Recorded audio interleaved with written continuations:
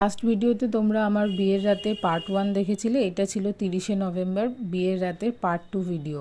তো এইখানে যেই চারজনকে তোমরা দেখতে পাচ্ছ আমার এই 7 পাকে ঘোরানোর ভিডিওটাতে বা আমাকে এই যে পিঁড়িতে তোলার ভিডিওটায়, এই চারজন অ্যাবসলিউটলি আমার কাছে চিন্তাভাবনার বাইরে ছিল।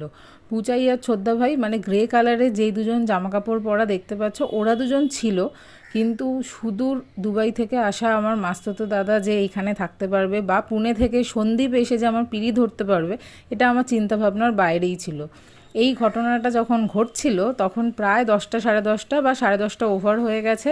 বাকি যারা ভাই বোনেরা ছিল তাদের কাউকে খুঁজে পাইনি, বিকজ অনেকেই খাবার দাবারে বসে গেছিলো বা বাচ্চা নিয়ে এদিক ওদিক ছিল, কাজের পারপাসে ছিল।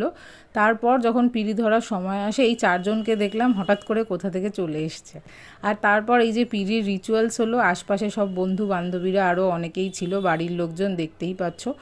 দেন এখানে ইনি আই থিঙ্ক পুরোহিতের সঙ্গে কেউ ছিলেন।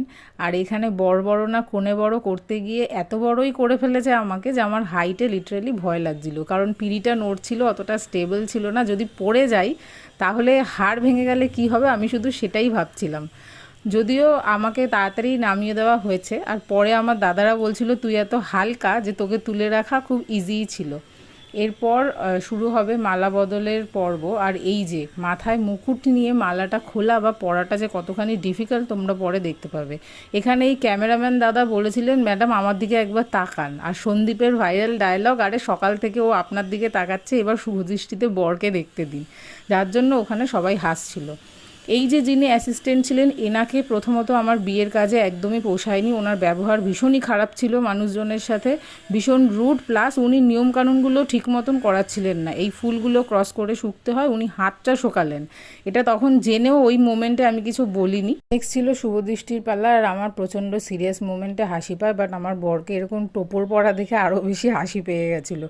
ভেন্যুতে আসার পর বর কি জামা কাপড় পরবে, কি এক্সচেঞ্জ হবে, মালা কোথায় আছে, কী আছে, এই সব ভাবতে ভাবতেই আমার বিয়ের মোমেন্টটা কিভাবে কেটে গেছে আমি নিজেও জানি না। তাই এখন ভিডিও দেখে সেগুলোই তোমাদের সাথে চেরিশ করার চেষ্টা করছি।